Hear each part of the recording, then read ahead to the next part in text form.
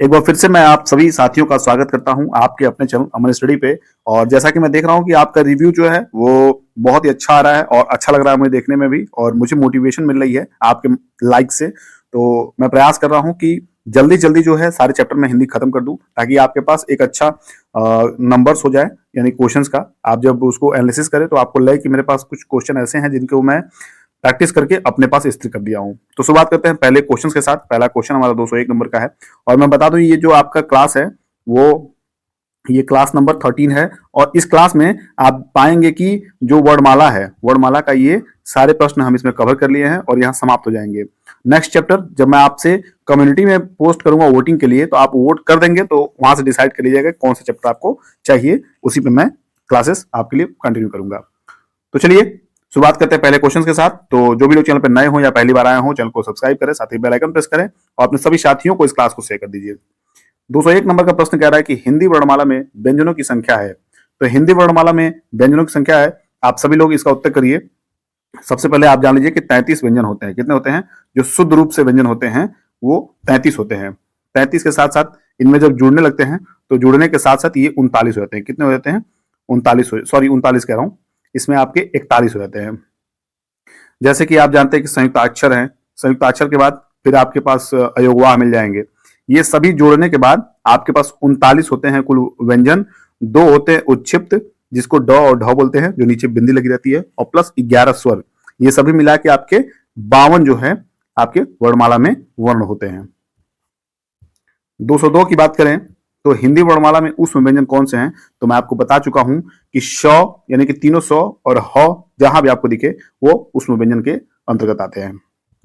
203 की बात करें तो कह रहा है कि हिंदी के जिन वर्णों का उच्चारण करते समय केवल श्वास का प्रयोग किया जाए, उन वर्णों को कहते हैं। तो आप पूर्व में इन सभी क्वेश्चन को आप देख चुके हैं कि जिनमें श्वास का प्रयोग होता है उसे हम अघोष कहते हैं। क्या कहते हैं? अघोष। क्या होता है? अघोष। देखिए पहले ऑप्शन पे अघोष आपको दिया है, और अघोष अगर आप याद रखेंगे तो आपके लिए बेहतर होगा, क्योंकि कई तरीके से इस क्वेश्चन पे क्वेश्चन बना के पूछे जा सकते हैं। 204 नंबर का प्रश्न है, क्या कह रहा है? य र ल व। देखिए मैं कई बार बताया हूं कि जो अंतस्थ व्यंजन है वो य र ल व इन्हीं के अंतर्गत आते हैं। तो इन चार लेटर को आप याद रखिएगा अंतस्थ व्यंजन के अंतर्गत। बात करें 205 नंबर की, तो दिया है कि निम्नलिखित में से कौन सा पश्च स्वर है। तो पश्च स्वर जो होता है, यानी कि उसको कहते हैं जो जीभ के, पहले समझिएगा, जीभ के 3 भाग से हम किसी भी वर्ण को बोलने का प्रयास करते हैं। तो आप, मैं एक स्ट्रक्चर बना रहा हूं, उसको समझिएगा। मान लीजिए ये आपके सामने जीभ है, ये अग्र भाग है, यहां से बोला जाता है। ये आपका मध्य भाग है, और मध्य भाग में केवल आपका अ आता है। क्या आता है? अ आता है, केवल 1 लेटर। बाकी इसमें 4 आता है, और ये पश्च भाग है। क्या आता है? ये पश्च भाग है आपका, इसमें भी 4 आता है। तो 4 वर्ड, यहाँ एक सिंगल वर्ड आता है। तो याद रखिएगा इसका सही आंसर हो जाएगा आ। क्या हो जाएगा? अगर आपसे पश्च पूछा जाए तो पश्च में आप आ टिक करिएगा। इसको मैं जो टेबल है वो फिर से कम्युनिटी पोस्ट में कर दूंगा, उसको आप देख लीजिएगा। 206 की बात करें तो दिया है कि प्रयत्न के आधार पर ल किस प्रकार की ध्वनि है। तो ल आप सभी जानते हैं कि पार्श्विक ध्वनि है। क्या है? पार्श्विक। ल है, क्या है? पार्श्विक। याद रखिएगा ल जब भी पूछा जाए तो पार्श्विक, और आपसे ल पार्श्विक अगर हो गया तो आपको र पूछा जाए तो र आपका लुंठित होता है। क्या होता है? लुंठित होता है। याद रखिएगा, इसको भी टिक कर लीजिएगा आप। र, ल और व, जब आप इन चारों को देखेंगे और मैच करेंगे, जो चीज आपको न मिले वही आप इसका सही आंसर करिएगा। तो य मिल रहा है, र मिल रहा है, व मिल रहा है, लेकिन आपका ह जो है ये नहीं मिल रहा है। और आपका जो ह है वो ये उष्म में जाएगा। किस में जाएगा? उष्म व्यंजन में। याद रखिए उसमें जाएगा, इसलिए ये नहीं होगा। 208 नंबर का प्रश्न है कि निम्नलिखित में से अर्धस्वर कौन सा है? निम्नलिखित में से अर्धस्वर कौन सा है? तो अर्धस्वर य और व। कौन कौन से? य और व जो आपके अर्धस्वर होते हैं। देखिए इसमें य यानी कि ए वाला ऑप्शन आपका राइट हो जाएगा। 209 नंबर का प्रश्न कह रहा है कि निम्नलिखित में से नासिक के व्यंजन कौन सा है? नासिक समझिएगा, जो नासिक के व्यंजन पहले जान लीजिए कौन से होते हैं। मैं ऑप्शन आपको क्लियर कर रहा हूं। ये आपका षटकोण स है, ये आपका इ है, ग है और ज है। नासिक के व्यंजन आप इस तरह भी कह सकते हैं कि जो आपके पास जो पांचवा लेटर होता है, याद रखिए कौन सा। जैसे मान लीजिए क है, आपका ख है, ग है, घ है और अंग है। यानी कि जो इस सीरीज में, यानी कि पांचवें सीरीज में जो वर्ण आपको आएंगे उसको आप नासिक भी कहते हैं, याद रखिएगा। तो इसके लिए आपको इ जो है यहाँ चूज करना पड़ेगा और ये यही राइट ऑप्शन है। 210 की बात करें तो ए और ए पूछ रहा है कि वर्ण क्या कहलाते हैं, तो आप इसको कंठ तालव्य बताएंगे। कैसे बताएंगे? कंठ तालव्य कैसे, समझिएगा। अ और प्लस ई, छोटी ई, सॉरी ये देखिए अ प्लस ई जो है आपका, ये अय का रूप लेगा, और अ प्लस बड़ी ई आपका बड़ा अय का रूप लेगा। तो ये जो दोनों मिलता है, ये अ को कंठ में कहते हैं, और जो ई आता है आपका, ये तालव्य होता है। यहां भी कंठ और यहां भी तालव्य, तो ये दोनों मिलकर निर्माण करते हैं कंठ तालव्य का। इसलिए डी ऑप्शन राइट हो जाएगा। 211 नंबर की बात करें तो निम्नलिखित में से अघोष वर्ण कौन सा है? निम्नलिखित में से अघोष वर्ण कौन सा है? तो अघोष के लिए मैं बताया हूं, पहला दूसरा अघोष होता है, और तीसरा चौथा पांचवा जो है आपका स्वघोष होता है। ये आपका अघोष में आ गया और ये आपका स्वघोष में आ गया। तो देखिए जरा, प फ ब ये आपका तीसरे पे आ गया, च छ ज तीसरे पे। देखिए ये जो स है ना, श श श, ये पहला स इस पे पहले पे ही पड़ता है। ये ह भी आपका चौथे पे है। तो जो ये श है ये आपका अघोष वर्ण के अंतर्गत आता है। बात करेंगे 212 नंबर के, दिया कि घ का उच्चारण स्थान क्या कौन सा है? तो आप पहले जान लीजिए कि क वर्ग जो होता है वो कंठ में आता है। किसमें आता है? क वर्ग कंठ में आता है, और क वर्ग के अंतर्गत ये आपका घ आता है, इसलिए कंठ जो है आपका राइट ऑप्शन हो जाएगा। 213 नंबर का प्रश्न कह रहा है कि कौन वर्ण ओष्ठ नहीं है? कौन वर्ण जो है ओष्ठ नहीं है? तो इसके लिए आपको जानना होगा कि कौन से वर्ण जो हमारे ओष्ठ में आते हैं, और उसके अलावा जो आपको न मिले वो आपको ओष्ठ में नहीं पाया जाएगा।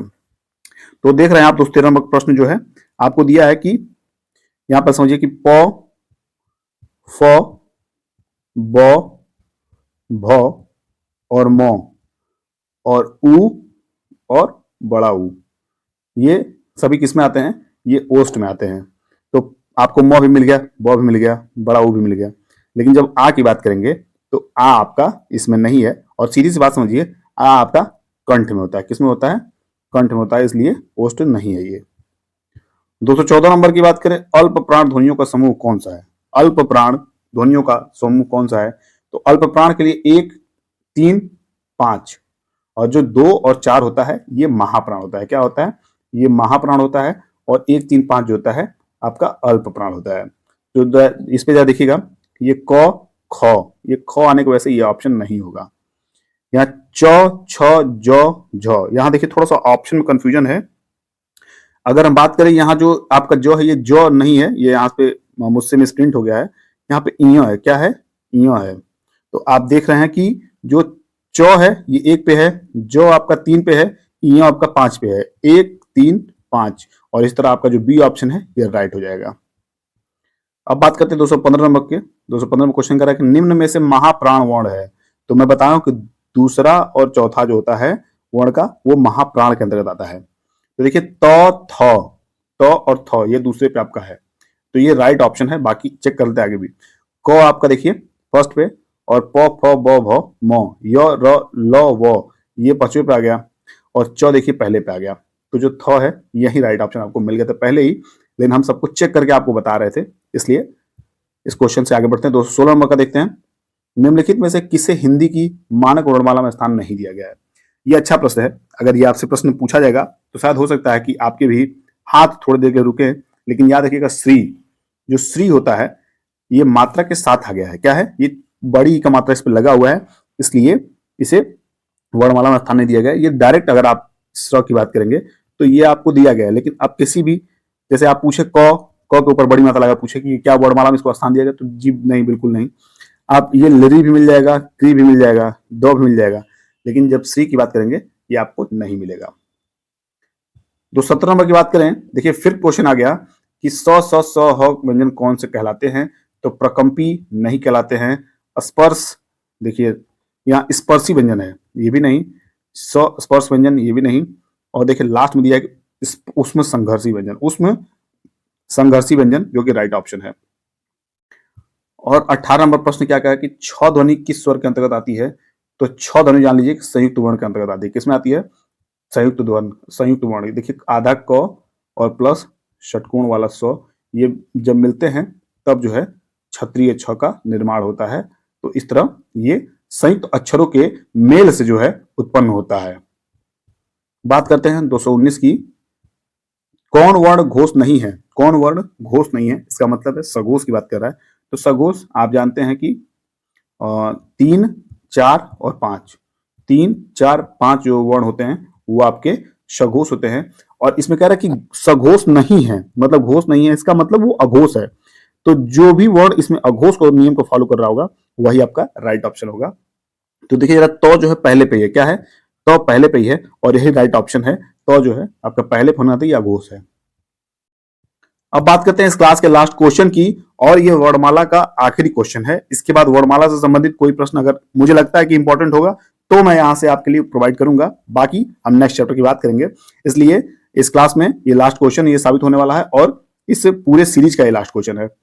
किस शब्द में री स्वर नहीं है? तो आप देख सकते हैं कृपा में, यहां अगर आप इसको संधि विच्छेद करेंगे तो इसमें आपको री मिलेगा, कृष्ण में मिलेगा, दृष्टि में मिलेगा।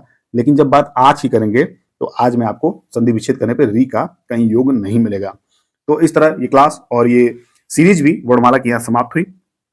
अगर आप देखना चाहेंगे तो जो कामता प्रसाद ने जो जितने भी चिन्ह बताए थे विराम चिन्हों के बारे में, उनमें हम चर्चा कर लेंगे। लेकिन आपके कम्युनिटी पोस्ट में जो इंटरेस्ट आएंगे उसी के हिसाब से उस पर मैं क्लास बनाऊंगा। तो मैं कहता हूं कि फिर जो नेक्स्ट चैप्टर है उस पर हम लोग चर्चा करते हैं, अच्छे से समझते हैं। आपके वोटिंग के बाद ही मैं शुरुआत करूंगा उस पर। तो आप लोग बढ़ चढ़ के उसमें वोटिंग में हिस्सा लीजिए, जैसा आपका वोट रहेगा वैसा चैप्टर का मैं स्टार्ट करूंगा। तो चलिए क्लास को ही समाप्त करते हैं, और शुभकामनाएं आपके साथ है। पढ़ते रहिए, मस्त रहिए, स्वस्थ रहिए। Bye bye, take care.